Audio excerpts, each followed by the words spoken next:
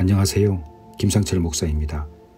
오늘 요한계시록 2장 4절에서 5절 말씀을 통해 잃어버린 첫사랑의 신앙을 회복하라 라는 제목으로 새벽 묵상을 하도록 하겠습니다. 제가 본문을 읽겠습니다. 그러나 너를 책망할 것이 있나니 너의 처음 사랑을 버렸느니라. 그러므로 어디서 떨어졌는지를 생각하고 회개하여 처음 행위를 가지라. 만일 그리하지 아니하고 회개하지 아니하면 내가 내게 가서 내 촛대를 그 자리에서 옮기리라. 아멘.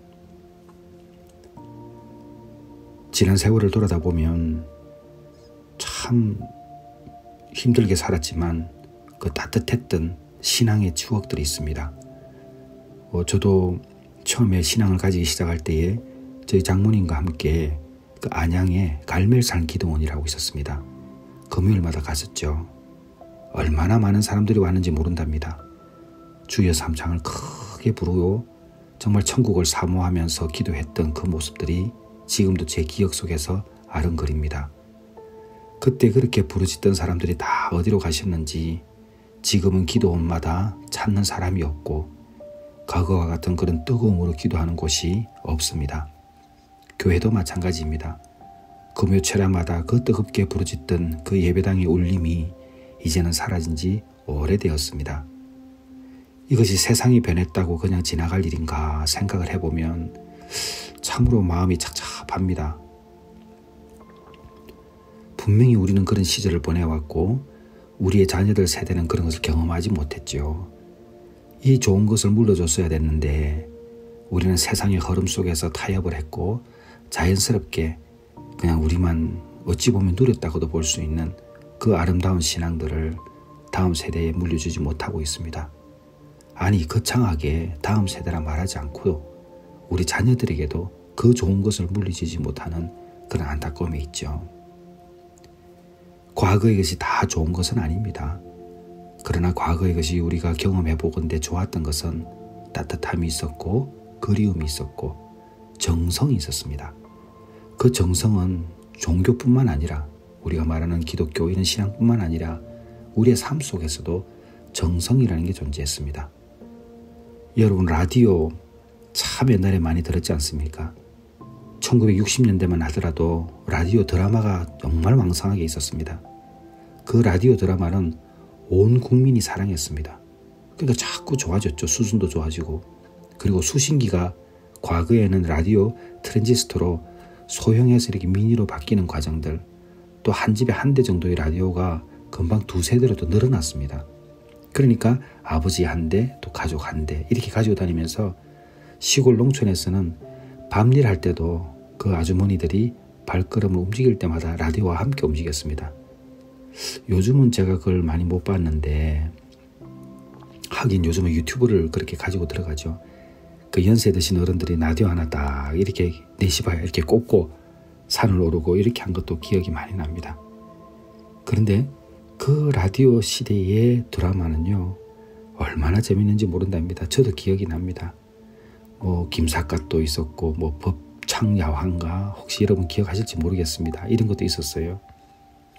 온 국민의 박수갈채 속에서 라디오 드라마는 성장했었죠. 그리고 그 이후에 텔레비전이 나왔지만은 별로 신경 쓰지도 않았습니다. 그냥 텔레비전 그 TV 수상기를 보면서 그냥 바보 상자라고 그랬죠.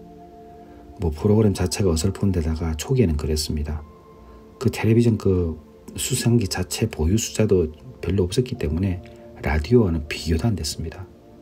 그리고 귀로 듣고 제각기 나름대로 펼치는 상상의 세계가 있었습니다.